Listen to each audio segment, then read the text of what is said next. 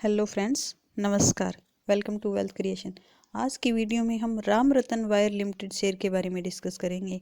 हम इसके फाइनेंशियल देखेंगे एंड लास्ट में इसके कुछ पॉजिटिव एंड नेगेटिव पॉइंट्स आपके साथ डिस्कस करेंगे। तो गाइज, अगर आपने फर्स्ट टाइम विजिट किया है तो चैनल को सब्सक्राइब कर लेना। Ram Ratan wire limited enable wiring wire, strips, copper tubes and pipes की मैन्युफैक्चरिंग करती है। मार्केट कैप 345 करोड़ की है। ये एक स्मॉल कैप कंपनी है। करंट प्राइस 157 है। हाई की बात करें तो 170 था एंड 52 वीक लो की बात करें तो 74 था। स्टॉक की पीई 9.55 है। तो पीई अभी देखें तो काफ़ी कम लग रही है, बट इसके कम होने की क्या वजह है ये हम आगे डिस्कस करेंगे। डिविडेंड कंपनी 0.64% का दे रही है। आरओसीई 9.12 एंड आरओई 7.87% है। आरओसीई एंड आरओई काफ़ी कम दिखाई दे रहे हैं।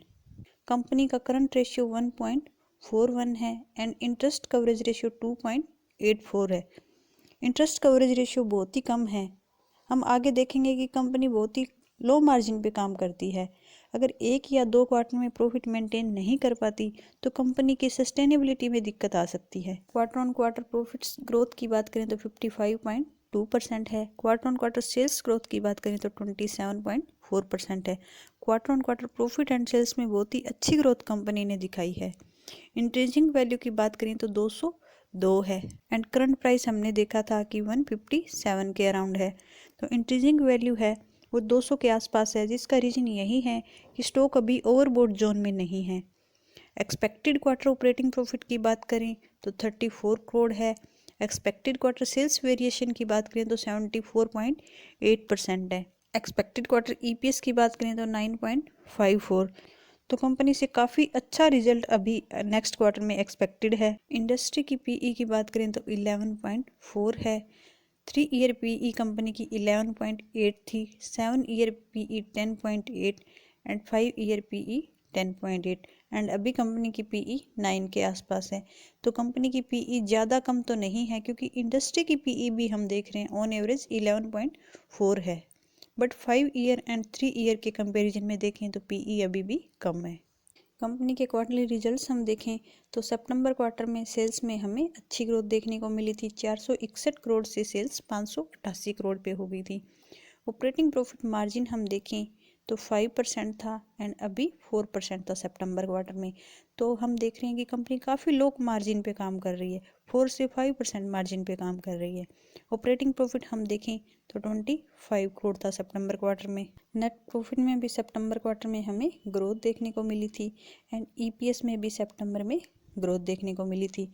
एंड अभी कंपनी से दिसंबर क्वार्टर के एक्सपेक्टेशन की बात करें तो एक्सपेक्टिंग जो क्वार्टर ऑपरेटिंग प्रॉफिट है वो 34 है एंड अभी ऑपरेटिंग प्रॉफिट हम देख रहे हैं 25 करोड़ है। तो काफ़ी अच्छी एक्सपेक्टेशन है। वहीं एक्सपेक्टेड क्वार्टर ईपीएस की बात करें तो 9.54 एक्सपेक्टेड है एंड अभी सितंबर में कंपनी का ईपीएस 5.47 है। तो रिजल्ट्स काफ़ी अच्छे एक्सपेक्टेड है एंड अगर कंपनी एक्सपेक्टेशन के हिसाब से रिजल्ट देती है तो हमें काफ़ी अच्छी मूवमेंट इसके प्राइस में भी देखने को बिल्कुल मिलेगी। अब हम कंपनी के ईयर ऑन ईयर रिजल्ट्स देखते हैं।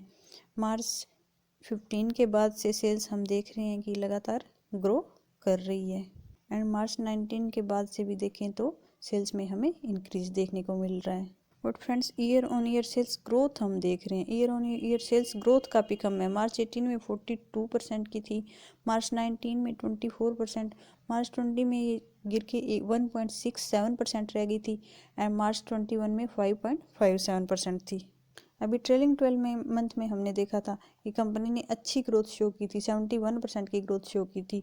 तो अभी काफ़ी अच्छी ग्रोथ है, लेकिन लास्ट ईयर्स की ग्रोथ हम देखें तो सेल्स ग्रोथ काफ़ी कम है। ऑपरेटिंग प्रॉफिट मार्जिन हम देख रहे हैं, ऑपरेटिंग प्रॉफिट मार्जिन कंपनी का 4 से 5 के बीच में ही मेंटेन है। कंपनी का ऑपरेटिंग प्रॉफिट हम देखें तो मार्च 21 में 62 करोड़ था, जिसमें से 26 करोड़ का तो कंपनी इंटरेस्ट ही पे कर रही है, यानी कंपनी पे लोन काफ़ी ज़्यादा है।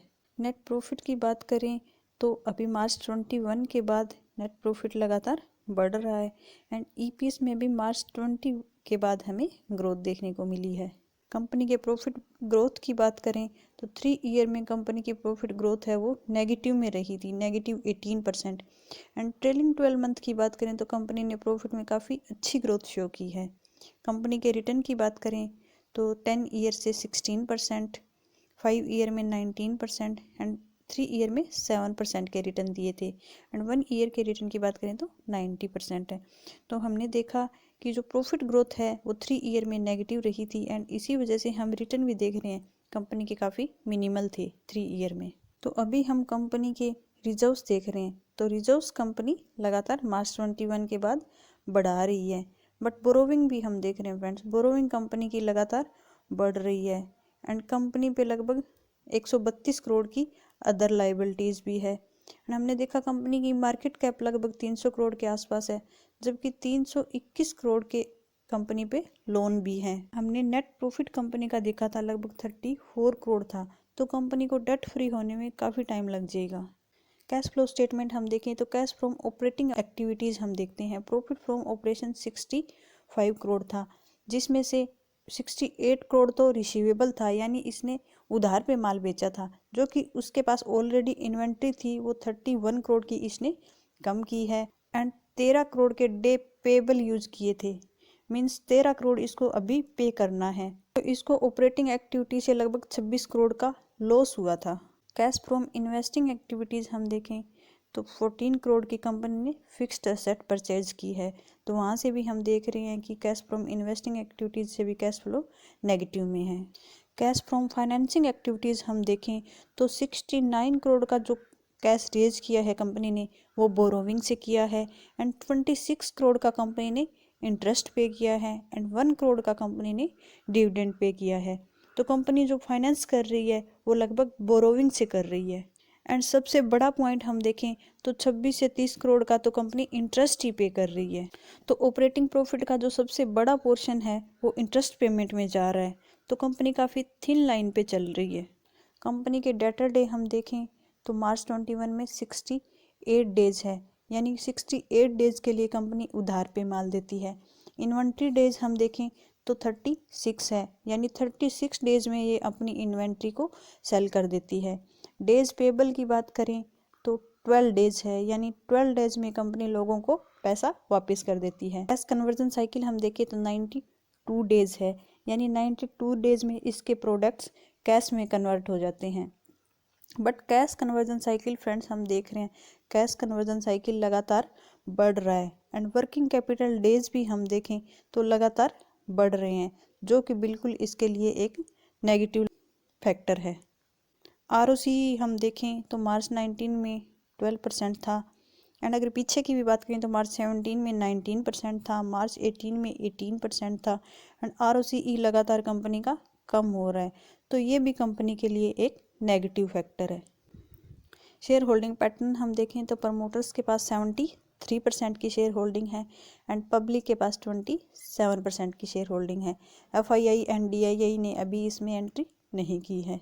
कंपनी के रिटर्न की बात करें तो 1 डे में 0.61% के रिटर्न है, 5 डेज में कुछ भी चेंजेस नहीं है।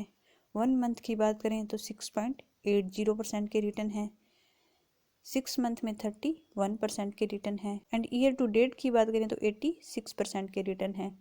कंपनी के मैक्सिमम रिटर्न की बात करें 1831% के रिटर्न है। 17 के बाद से हमें शेयर में एकदम से डाउन ट्रेंड देखने को मिला था, तो इसकी वजह हमने देखी कि कंपनी का जो प्रॉफिट था वो लगभग 18% नेगेटिव में रहा था एंड इसी वजह से शेयर प्राइस भी हमें ग्राफ में डाउन देखने को मिल रहा है। लेकिन अभी ग्राफ ने दोबारा से अपवर्ड ट्रेंड लिया है, क्योंकि कंपनी ने अभी काफ़ी अच्छी ग्रोथ शो की है अपने सेल्स में, अपने प्रॉफिट्स में एंड अगर एक पॉजिटिव आउटलुक की बात करें तो कंपनी ने फाइनेंशियल ईयर 20 में कैपेसिटी इन्हांस किया था, but due to covid fully capacity utilisation नहीं हो पाया था।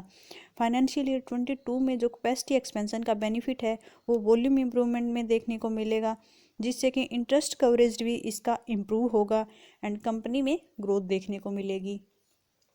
बट इसके नेगेटिव आउटलुक की बात करें तो कंपनी पे डेट बहुत ज़्यादा है, तो कंपनी अगर 1 या 2 क्वार्टर में भी अपना अगर प्रॉफिट अच्छा शो नहीं कर पाती तो इसकी सस्टेनेबिलिटी में दिक्कत आ सकती है।